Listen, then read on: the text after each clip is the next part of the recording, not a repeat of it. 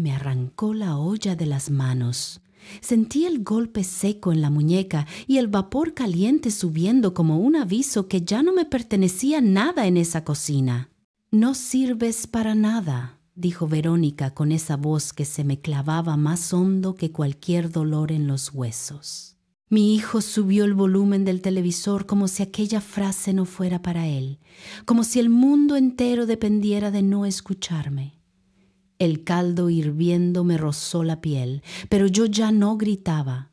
Hacía años que había dejado de reaccionar. El silencio se volvió mi único refugio.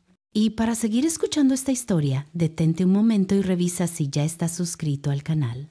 La cocina olía a comal tibio y café recién hecho. Era la misma casa donde aprendí a preparar sopas espesas para mi marido, donde celebré cumpleaños con globos recortados a mano, donde mis nietos deberían haber corrido algún día. Sin embargo, esa noche la luz amarilla parecía apagarse un poco más con cada palabra que salía de la boca de Verónica. Yo tenía 68 años y cada paso hacia la alacena me hacía sentir el peso de todas las humillaciones acumuladas. Las rodillas me crujían como si intentaran advertirme que ya no habría marcha atrás. Había soportado meses de comentarios hirientes, días de ver mis cosas desplazadas a rincones cada vez más pequeños, y noches completas preguntándome en qué momento mi propio hijo dejó de verme. Siempre me repetía que debía aguantar, que el duelo por Heriberto, mi esposo de 32 años de matrimonio, era demasiado grande como para agregar otro conflicto a mi vida. Él y yo habíamos levantado esa casa ladrillo por ladrillo, con sueños viejos, promesas sinceras y manos cansadas. Cuando él faltó, la casa se volvió un eco de su risa, de sus canciones fuera de tono, y yo me quedé sola, con un silencio que a veces me protegía y a veces me destruía.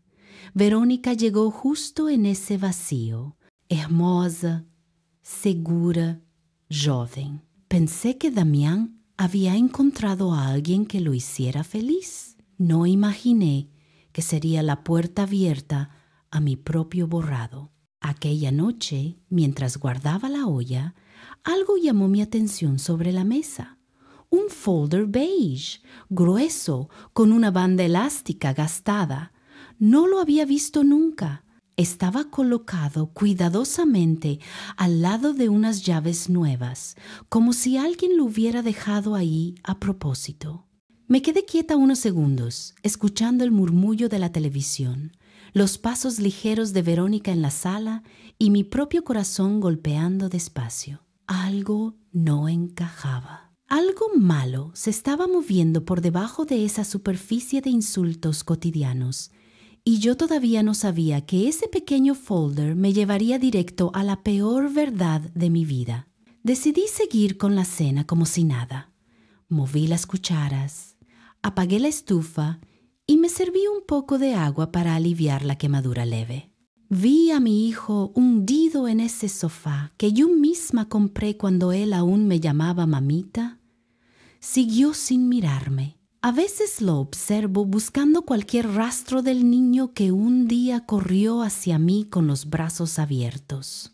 Pero ahora solo veía a un hombre distante, cansado, atrapado en una relación donde él tampoco parecía tener mucha voz. Ese detalle, con el tiempo, cobró un sentido doloroso. Verónica siguió hablando desde la sala sobre mi sazón, mi torpeza, mi olor a viejas tristezas. Decía que yo era una carga. Esa palabra todavía la recuerdo con una punzada en el pecho. Carga en mi propia casa, en el hogar que yo mantuve en pie mientras Damián estudiaba, mientras Verónica aún no existía en nuestro mundo. Pero no dije nada. Seguí caminando hacia mi cuarto pequeño, el que antes era la despensa y ahora era donde ella decía que yo debía dormir para no estorbar. Me detuve cuando escuché un sonido extraño, Fue apenas un segundo, un roce, una frase más baja de lo normal. Verónica hablaba por teléfono. Tenía el tono que usa alguien que no quiere ser escuchado. Así, bajito, venía su voz. «Ya casi está listo». Sí, él no sospecha. Solo faltan las firmas. Se me heló la espalda. No entendí del todo, pero esa frase quedó suspendida en mi cabeza como una campana silenciosa. Regresé a la cocina con el corazón inquieto. Miré de nuevo el folder beige. Lo toqué. Estaba frío, y yo también. Me dije que no debía revisar algo que no era mío, que quizá era un material de trabajo o cuentas de la casa. Pero dentro de mí crecía la idea de que no debía confiar. Así que respiré hondo, dejé que el ruido del televisor cubriera mis pasos y abrí la banda elástica. No llegué a ver nada porque escuché los tacones de Verónica acercarse. Cerré el folder rápido, lo dejé exactamente donde estaba y seguí tomando agua como si nada hubiera pasado. Ella entró y me miró con esos ojos que nunca buscaban entender, solo medir el terreno. No dijo palabra, pero su expresión me dijo que algo se estaba moviendo contra mí y que yo estaba en medio sin saberlo. Esa noche dormí poco. Miré el techo blanco mientras las sombras de los árboles se movían por la ventana. Pensé en Heriberto, en cómo hubiera resuelto él un problema así. Él siempre decía que la dignidad es lo último que se entrega. Yo sentí que la mía llevaba meses deshaciéndose como gasa mojada. Por primera vez desde que quedé viuda, tuve miedo real, miedo de perder algo más que mi voz, algo más que mi lugar en esa casa, miedo de perder mi historia. Me desperté antes del amanecer. La casa estaba en silencio, ese silencio que solo se rompe cuando la luz empieza a entrar por las rendijas. Caminé lento hacia la sala. El folder beige seguía ahí, intacto, como si me estuviera esperando.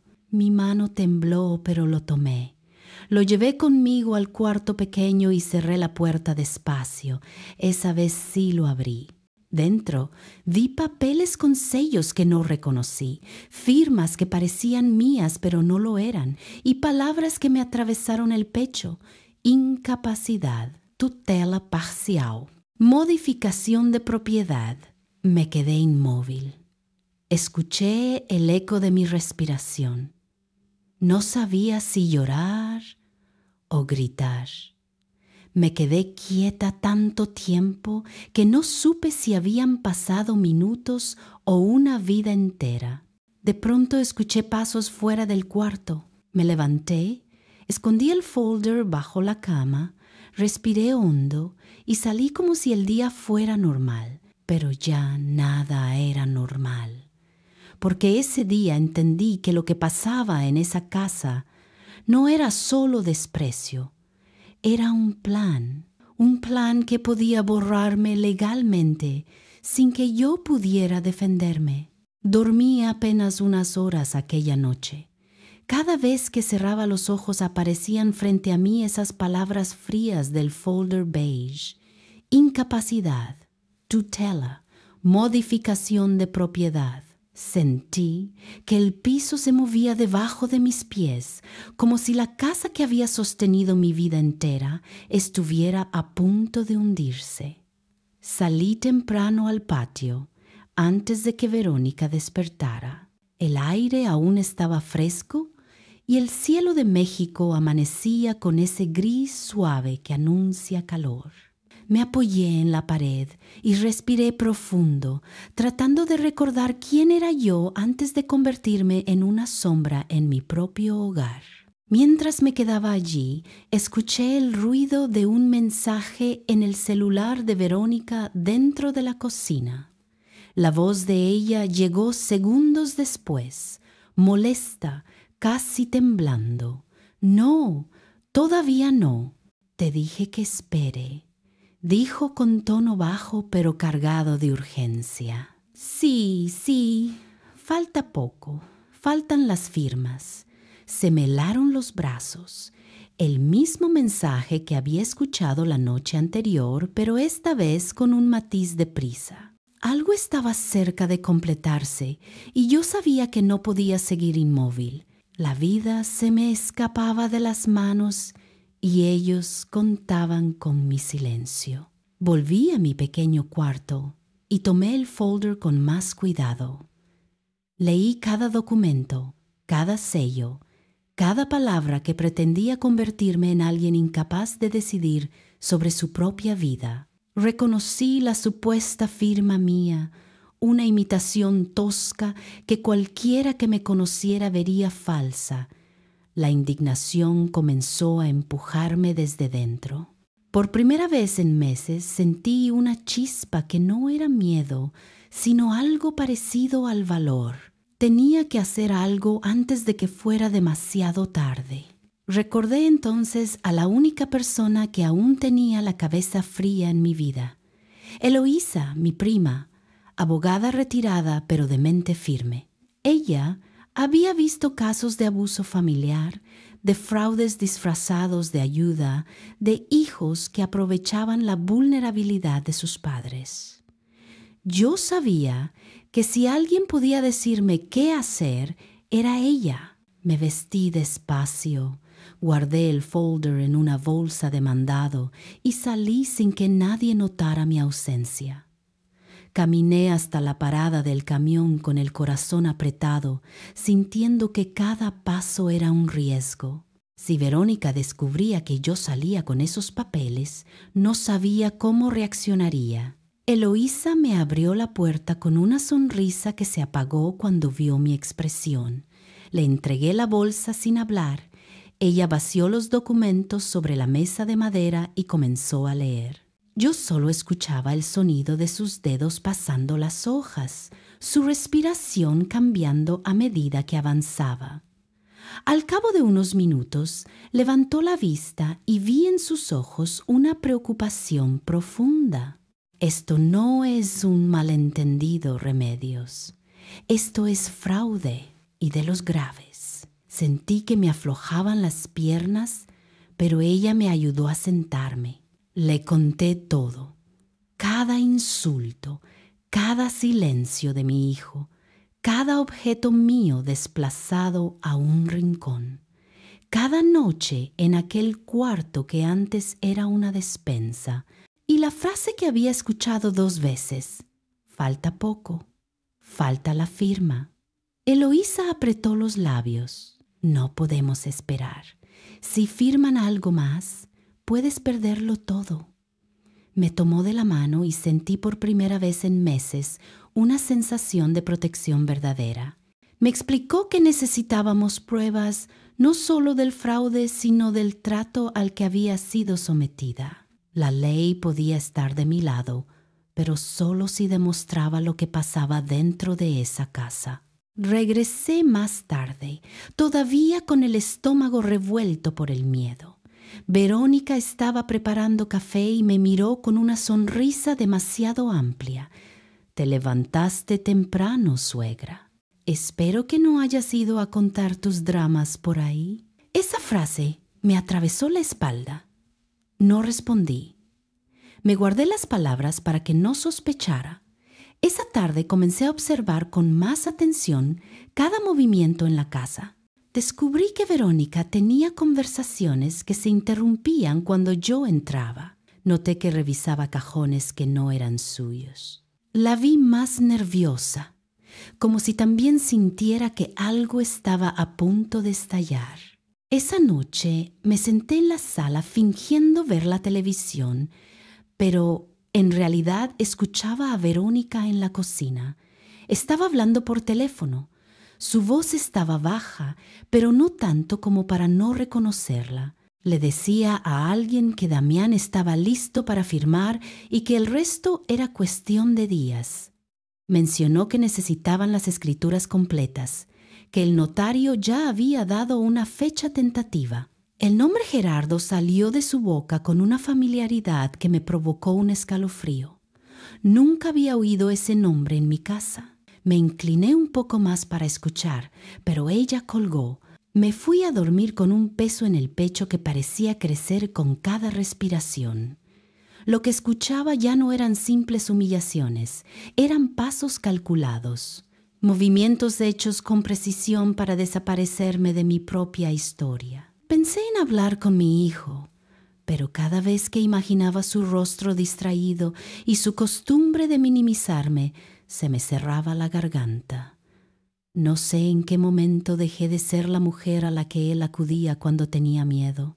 Tal vez en el mismo instante en que eligió no escuchar mi voz. A la mañana siguiente, desperté antes que todos, como de costumbre. Salí a la sala y encontré el celular de Verónica en la mesa, vibrando. La pantalla mostraba un mensaje. Estaba sin bloquear. Algo raro en ella. Me acerqué despacio, temblando. No quería leerlo, pero tampoco podía ignorarlo. Decía: necesitamos terminar esto antes de que alguien hable. No confío en la señora. Ten cuidado. Sentí que se me iba la respiración. Ese mensaje era la confirmación de que algo más grande se estaba moviendo. Algo que no solo buscaba mi casa, sino que me quería fuera del camino. Escuché pasos desde el pasillo y dejé el celular en la mesa como si quemara. Verónica apareció, bostezando, me miró con ojos entrecerrados como si adivinara algo. Yo solo me dirigí a la cocina a preparar café, tratando de actuar normal mientras mi corazón latía con fuerza. La vi agarrar el teléfono y revisar la pantalla con rapidez. Sus ojos se abrieron apenas un segundo. Después me observó fijamente. No dijo nada, pero su mirada me dejó claro que ese día algo cambiaría. Pasé el día entero en silencio, tratando de seguir las instrucciones de Eloísa. Actúa como si nada pasara. No confrontes, no acuses, recolecta, observa. Cada palabra de ella me daba una pequeña columna de fuerza para sostenerme. Era extraño sentir que mi vida dependía de no reaccionar, de no llorar, de no demostrar miedo. Me moví por la casa como un fantasma que escucha todas las paredes. Por la tarde, mientras doblaba ropa en el cuarto pequeño, escuché a Damián hablando con voz baja afuera. No entendí todo, pero una frase me atravesó como un puñal. Si esto sale bien, podremos empezar de cero. No sé si lo dijo por amor, por ingenuidad o por necesidad, pero la idea de que él estuviera involucrado me dejó sin aliento. Quise abrir la puerta y enfrentarle, pero mis manos no respondieron. Me quedé congelada, con un dolor tan denso que sentí que me hacía más pequeña. Me acerqué a la mesita donde guardaba mis pocas cosas. Entre ellas estaba una foto de Heriberto conmigo, tomada en la fachada de la casa recién pintada. La observé y entendí que había llegado el momento de luchar, que si yo no hacía algo, la historia que construimos quedaría en manos de personas que no conocían ni respetaban su memoria. Esa noche, cuando todos dormían, caminé descalza hasta la sala. Tomé aire y me dije que no iba a permitir que me borraran. Afuera pasaban coches lentos, la ciudad estaba silenciosa y yo sentí que cada sombra era un aviso.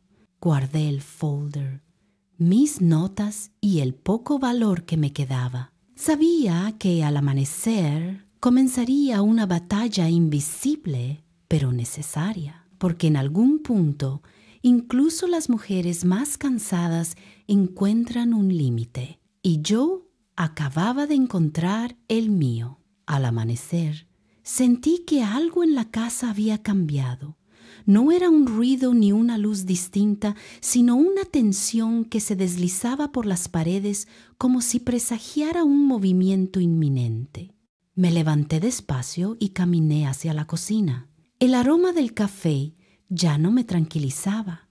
Ahora era un recordatorio de que cada día podía ser el último en ese hogar. Mientras revolvía el azúcar, escuché el sonido inesperado de un golpe seco en la puerta principal.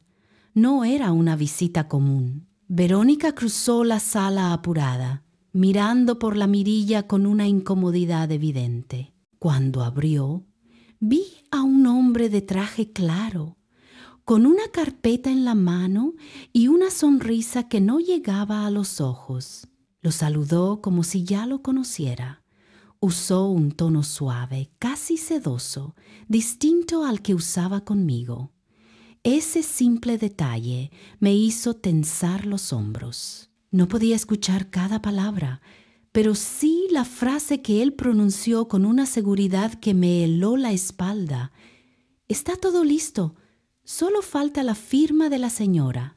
Sentí que mis dedos se aflojaban y casi dejé caer la taza. No sabía si se refería a mí, pero en mi pecho una certeza dolorosa comenzó a tomar forma. Me escondí un poco más detrás de la puerta del pasillo y percibí el sonido de papeles deslizándose entre manos, risas breves, un comentario sobre plazos. Era la confirmación de que yo no era una paranoia ambulante. Algo oscuro estaba pasando. Cuando el hombre se fue, Verónica caminó por la sala con un ritmo distinto, casi triunfal.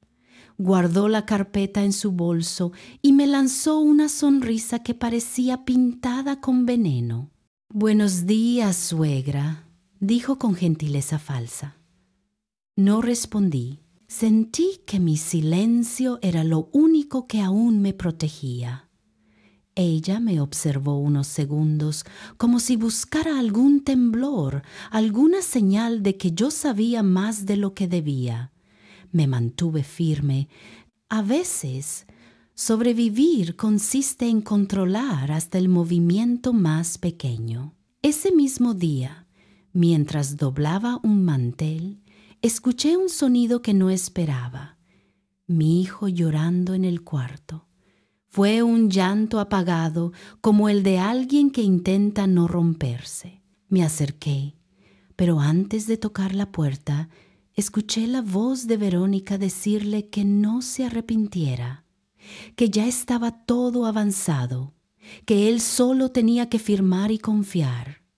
Sentí un torbellino en el estómago. No sabía si lloraba por remordimiento, por miedo o por algo peor, pero entender que él no era tan inocente como yo imaginaba me dejó sin palabras. Decidí que no podía seguir observando desde la sombra.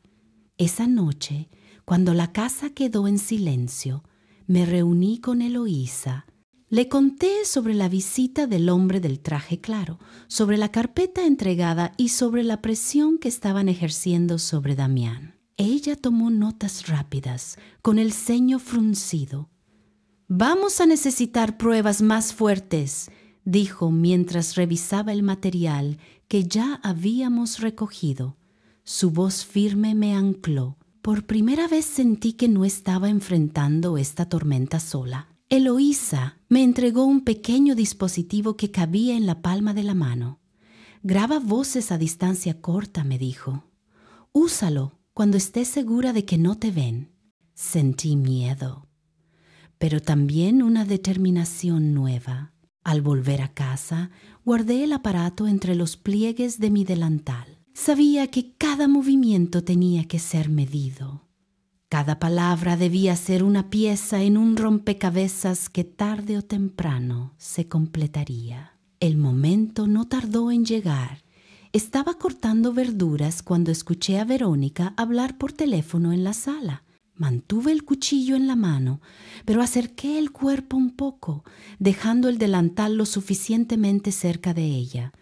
Su voz llegó clara, con esa seguridad que tienen quienes creen que nadie les está mirando. Dijo que el notario estaba listo, que apenas consiguiera mi firma todo pasaría a su nombre y que no importaba si yo protestaba.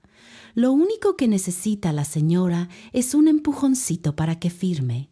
Me quedé paralizada. La palabra empujoncito me cayó como agua fría. El tono en que lo decía no era inocente, era calculado. De pronto escuché algo que me hizo subir el corazón a la garganta. Ella mencionó el nombre de Gerardo, el mismo que había oído días antes. Lo describía como alguien que tenía suficiente poder para acelerar trámites, alguien que podía borrar obstáculos. Al decir obstáculos, su voz bajó, pero no lo suficiente para que yo no entendiera que hablaba de mí. Fue un instante en que el mundo pareció detenerse. Mi respiración quedó suspendida mientras el aparato en mi delantal seguía grabando cada palabra. Cuando colgó, Verónica entró a la cocina. Sus ojos recorrieron mi rostro buscando alguna grieta.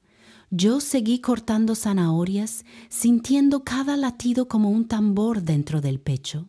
Tuvo un gesto extraño, como si estuviera a punto de decirme algo importante, pero finalmente solo tomó un vaso de agua y se fue. Me quedé sola con el sonido del cuchillo golpeando la tabla y una certeza terrible. El tiempo para actuar se estrechaba. Esa noche revisé la grabación con Eloísa. Ella la escuchó varias veces, tomando notas detalladas. «Esto es suficiente para iniciar un proceso», dijo en voz baja. «Pero necesitamos una prueba más para cerrar el círculo. Una que conecte el fraude con la persona del traje claro. Una que demuestre que el objetivo es dejarla sin casa, sin bienes, sin voz». Sentí que mi garganta se cerraba, pero su firmeza me sostuvo. Sabía que el momento de enfrentar la verdad estaba cerca. Regresé a casa con la sensación de que caminaba entre sombras. Las luces del barrio parecían más apagadas que de costumbre y hasta el ruido de los coches sonaba extraño. Al entrar vi a Damián sentado solo en la sala, mirando un punto fijo en la pared. No me había visto y por eso escuché lo que murmuró. «No quiero hacer esto. No quiero», repetía como si hablara consigo mismo. Mis ojos se llenaron de lágrimas, pero me quedé quieta. Era la primera señal humana que veía en él en mucho tiempo. Pero aquel instante de ternura fugaz desapareció cuando Verónica entró y lo tomó del brazo con firmeza. «Tienes que ser fuerte, Damián. Esto es por nuestro futuro. Y no te preocupes por la señora. Pronto todo estará en orden». Él asintió con la mirada perdida. Yo sentí que algo dentro de mí se quebraba, pero también algo comenzó a endurecerse, como si mi espíritu, cansado pero no vencido, se preparara para lo que vendría. Esa madrugada me quedé despierta escuchando el silencio. Sabía que se acercaba un día decisivo, porque los planes de ellos estaban casi completos, y mis pruebas también. En algún punto, mientras veía la luz azulada del amanecer entrar por la ventana, entendí que ya no era una víctima pasiva, ya no era una sombra, era una mujer que había amado, construido y sobrevivido, y estaba lista para enfrentar la verdad sin importar lo que costara. El día siguiente amaneció pesado, como si el aire mismo estuviera anunciando que algo estaba a punto de estallar. Caminé por la casa sintiendo cada tabla crujir bajo mis pasos. Verónica y Damián hablaban en voz baja en la sala. No podía escuchar todo, pero sí capté una frase que me empujó el corazón hacia el estómago. «Hoy en la tarde firmamos».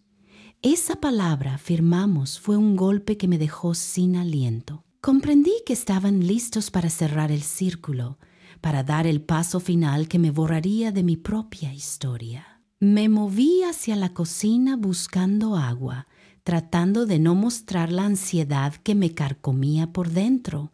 Cuando abrí el grifo, escuché algo que me obligó a quedarme inmóvil.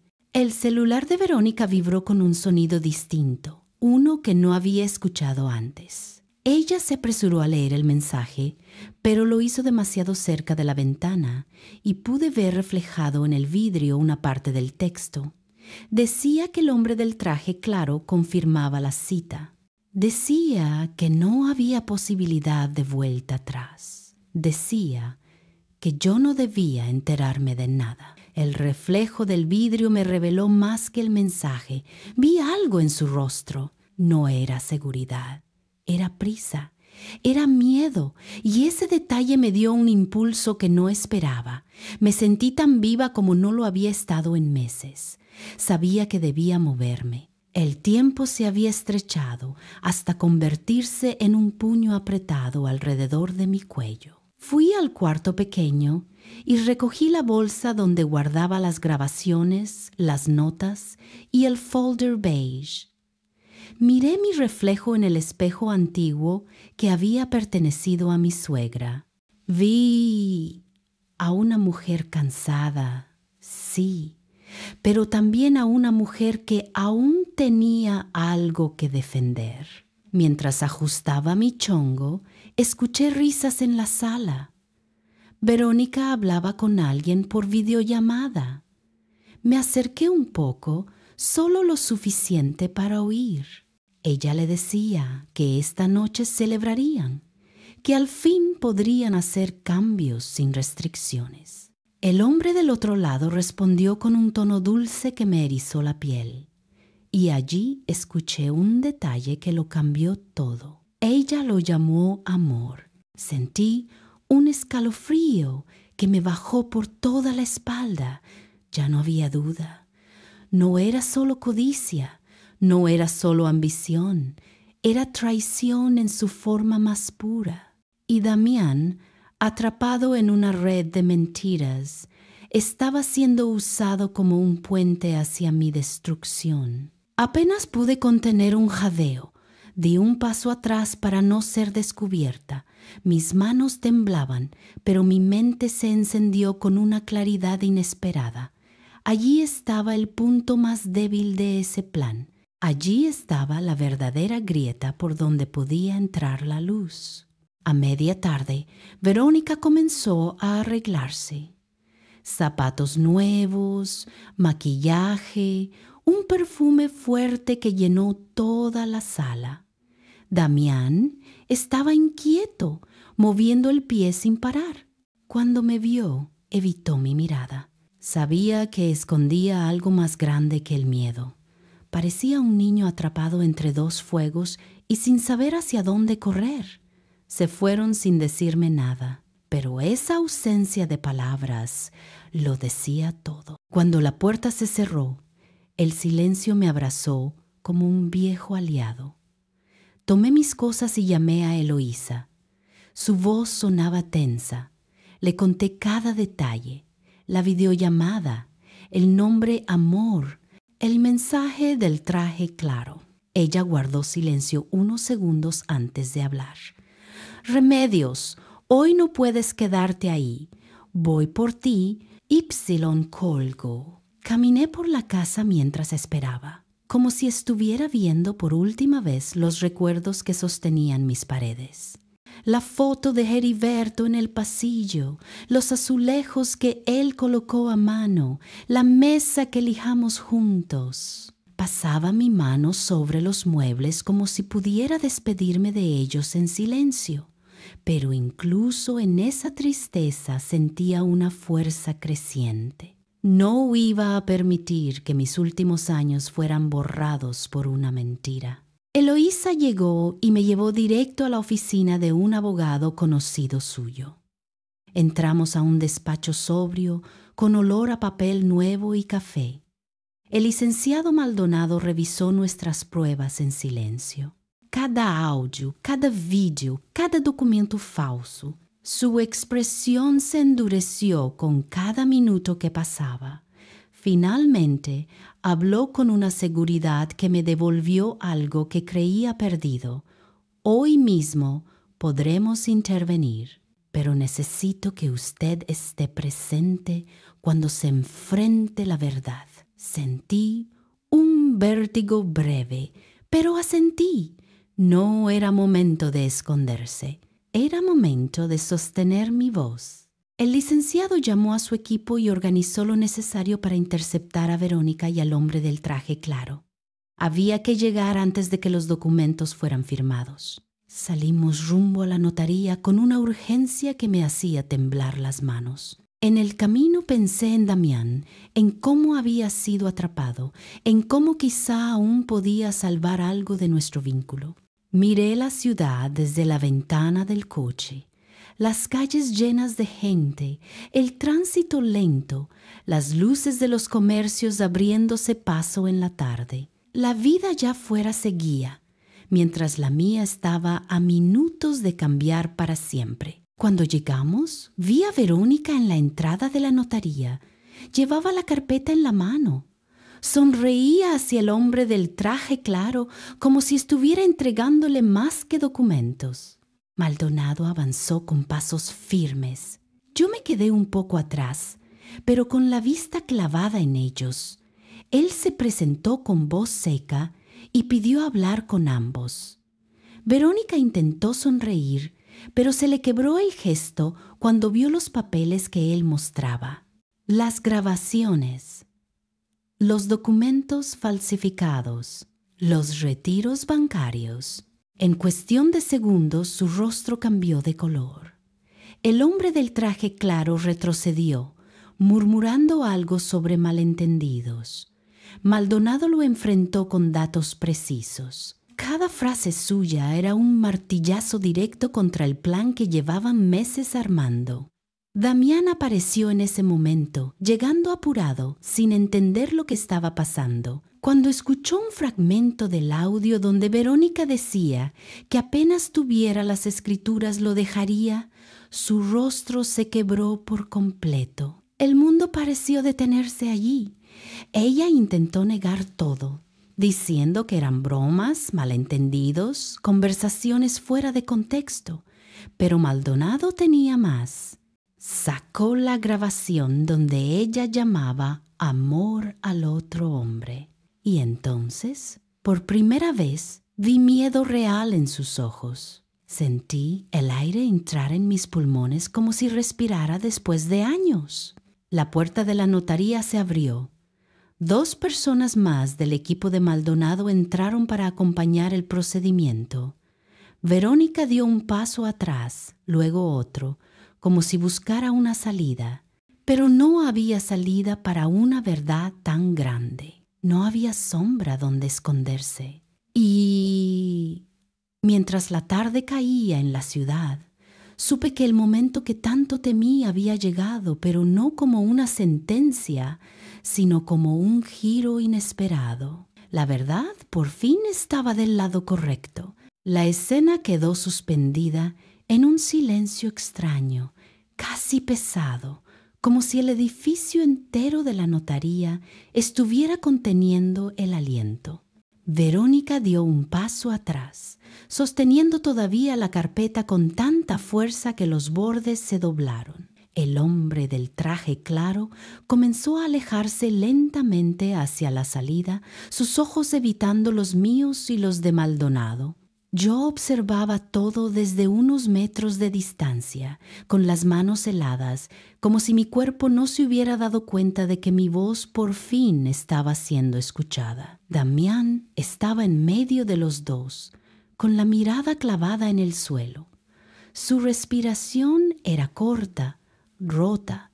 Era el mismo muchacho que un día sostuvo mi mano para cruzar la calle, y el mismo hombre que me había dejado hundirme en el rincón más oscuro de mi propia casa. Cuando levantó la vista, lo hizo directamente hacia mí. Sus ojos temblaron y algo se quebró en ellos. «Mamá, yo...» No supe qué decir. No era el momento para palabras. Era el momento para la verdad. Maldonado extendió otra carpeta. la que contenía las pruebas finales, los movimientos bancarios, las citas con el supuesto médico, las fechas que no coincidían, los documentos que intentaban declararme incompetente. Verónica tragó saliva con fuerza. Intentó hablar, pero la voz no le salió. Yo me quedé inmóvil, observando cómo su máscara caía pedazo por pedazo. Un murmullo recorrió el pasillo. El notario salió de su oficina, sorprendido por la presencia de tanta gente. Maldonado lo saludó con una cortesía breve. Luego explicó en voz baja que había una situación legal grave y que ningún documento debía ser firmado sin una revisión oficial. El notario asintió, mirando a Verónica con desconfianza. Allí, por primera vez, ella entendió que había perdido el control de la narrativa. Fue entonces cuando ocurrió algo que no esperaba, algo que me sacudió el pecho como un trueno.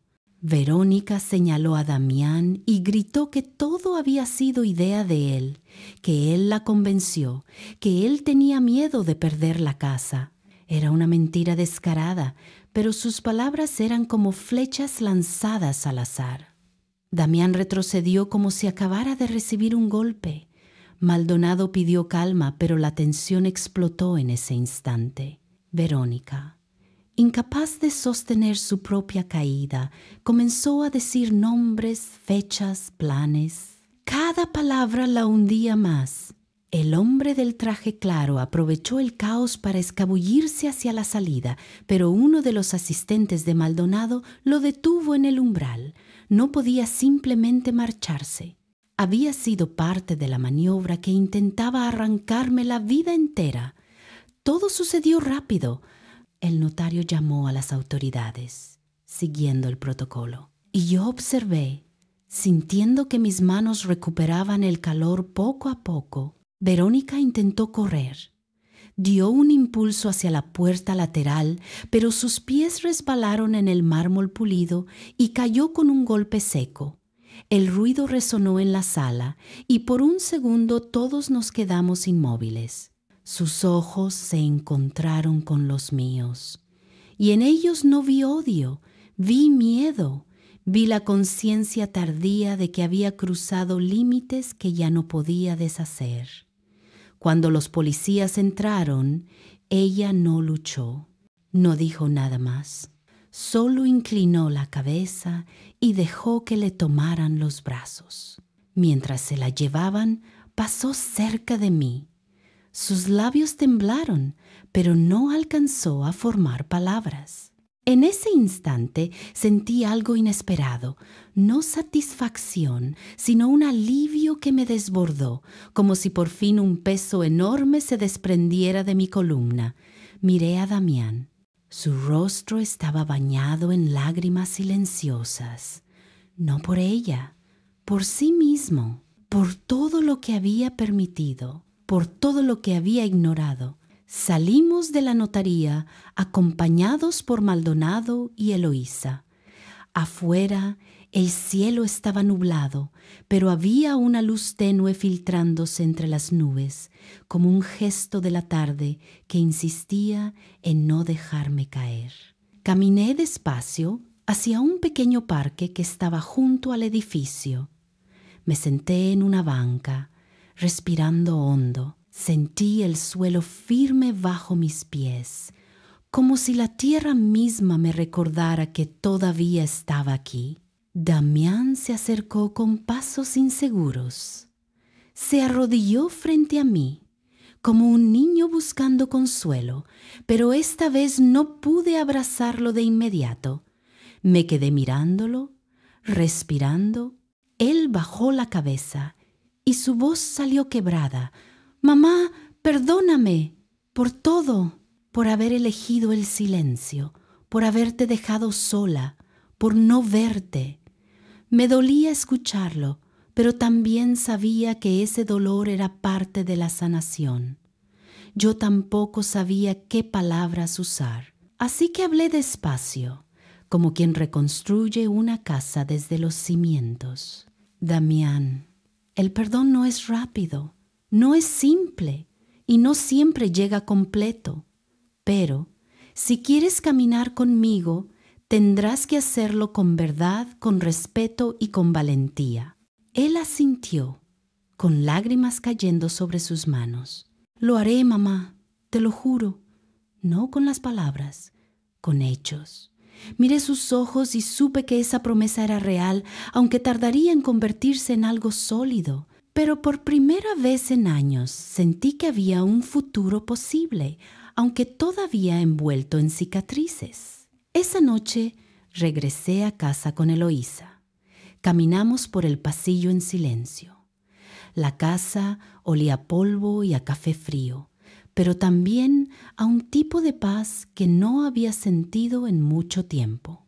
Toqué las paredes, miré los retratos, respiré el eco de los pasos de Heriberto y allí, en medio del silencio, comprendí algo que me iluminó el pecho, que la justicia no siempre viene de los tribunales. A veces viene del simple acto de no dejarte quebrar.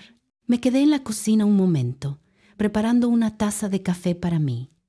Las manos ya no me temblaban. Sabía que todavía faltaba sanar, reconstruir, cerrar heridas. Pero ya no era una mujer que esperaba ser salvada. Era una mujer que había recuperado su voz, su casa, su historia. Y ahora, mientras miro esta sala donde todo comenzó, quiero hablarle a quien esté escuchando mi relato.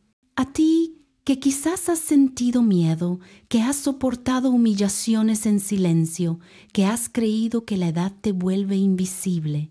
No estás sola, no estás vencida. Y tu dignidad no tiene fecha de caducidad. Si yo pude levantarme, tú también puedes.